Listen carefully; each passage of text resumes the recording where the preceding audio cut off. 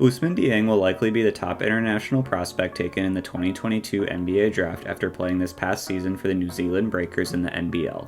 The Breakers struggled throughout the season, winning just 5 of their 28 games, and Dieng also experienced his fair share of struggles playing professionally outside of his home country of France for the first time. While Dieng likely would have preferred to have some more success in the NBL, he was able to showcase enough of his skills at just 18 years old to pique the interest of NBA scouts. As we approach the draft, Dieng is beginning to work his way up mock drafts and is now being mocked solidly as a mid-first round pick with some potential to push into the late lottery.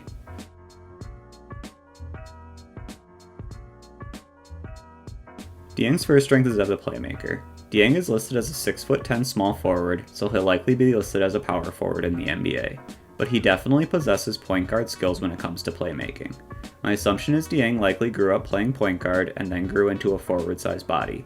But regardless of how it happened, Dieng possesses some impressive passing skills and court vision for an 18-year-old forward.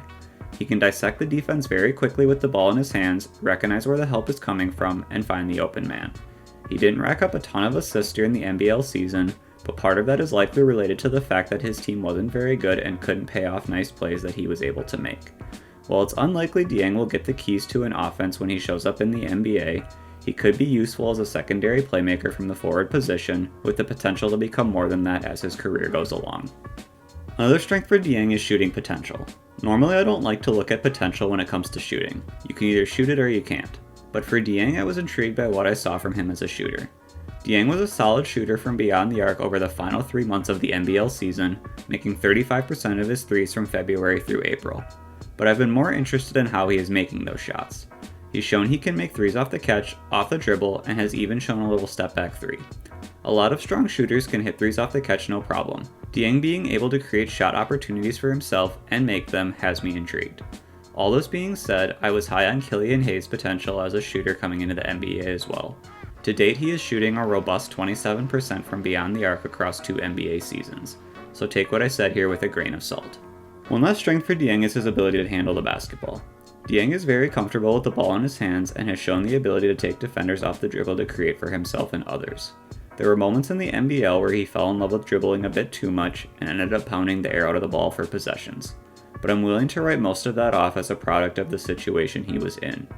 Coming into the NBA, it's encouraging to see that Dieng is able to handle the ball at a high level and create off the dribble. To start his career, I can't imagine Dieng will be asked to initiate or be the primary option for many offensive possessions. But like I said with his playmaking, it's good that he has the ability to do so when needed, and he certainly has the potential to grow into something more as his career goes along.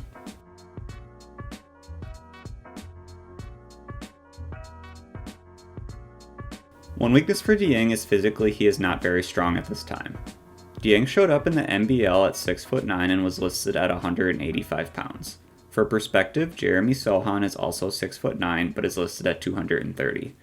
Dieng definitely struggled to handle grown men playing in the NBL from a strength perspective. He was pushed around fairly easily on both ends of the floor, struggling to stop guys from getting to the basket on defense and struggling to get to the basket on offense. He also just wilted on screens as a defender. In fairness to Dieng, he still seems to be growing into his body. He is now listed at 6'10", 200 pounds. When young players like Dieng enter the draft, there is the potential that they simply aren't done developing physically. It's entirely possible that Dieng grows into his body and benefits from strength training in the NBA, making this point moot down the road. But at least at the start of his career, we could see Dieng struggle to adapt to the NBA from a physicality standpoint. Another weakness for Dieng is scoring at the basket. As mentioned earlier, Dieng has a good handle and can take defenders off the dribble on the perimeter. However, he has not perfected the art of finishing once he gets to the basket. Dieng isn't very strong yet and also isn't an outstanding vertical athlete, so he has a hard time even getting all the way to the basket without getting blocked. He has worked to combat this by working a floater into his game, but he hasn't shown outstanding touch on it yet, so NBA defenses will likely be content letting him have that shot until he proves he can make it. I think Dieng's best path to becoming a better scorer around the basket is just continuing to get stronger so he can finish plays through contact. Otherwise, he will have to refine his touch so he can make shots from a variety of angles and distances around the basket.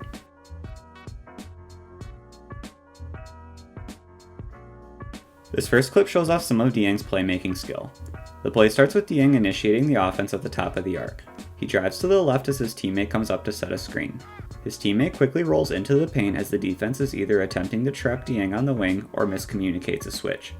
Either way, Dieng immediately recognizes that he has two defenders on him and hits the roller for a layup.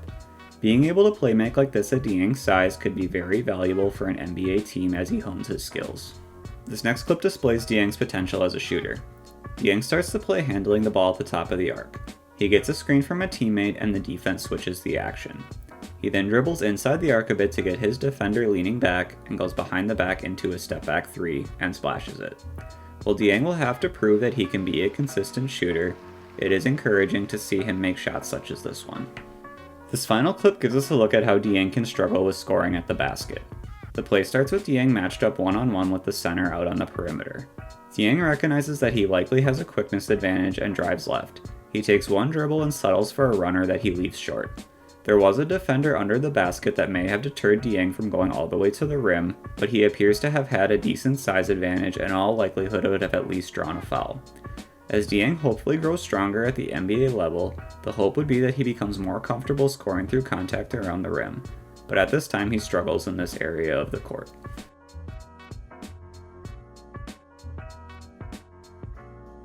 Ousmane Dieng is one of the bigger mysteries and also one of the most interesting players in this draft. He has a very intriguing skill set at his age and size, in addition to the fact that he may still be growing. Dieng has boatloads of potential, but also likely has a wide range of outcomes as an NBA player. It's easy to fall in love with his skills when it's working for him, the size, the shot, and the ability to handle and playmake. But we also have to acknowledge that there is a long way to go before he reaches that potential. He struggled to score efficiently in the NBL, and I don't think he's going to have it any easier in the NBA. It's entirely possible that Dieng fills out his frame, perfects his jump shot, and becomes a supersized scoring wing that can take on playmaking duties. But it's also possible that he struggles to adapt to the NBA and never develops a consistent shot. If this were the case, we'd likely see him bouncing around the NBA filling out bench units, or possibly making a return to Europe. I think Dieng has star potential and absolutely deserves to be a first-round pick. I just also think we need to acknowledge that the floor is almost as low as the ceiling is high. My NBA comp for Ousmane Dieng is Brandon Ingram. Ingram came into the NBA as a very skinny 19-year-old forward with long arms and some good skills handling the basketball. After a few years of up and down play with the Lakers, Ingram came into his own with the Pelicans and is now consistently in consideration for all-star teams year in and year out. This seems like a reasonable ceiling for Dieng to shoot for.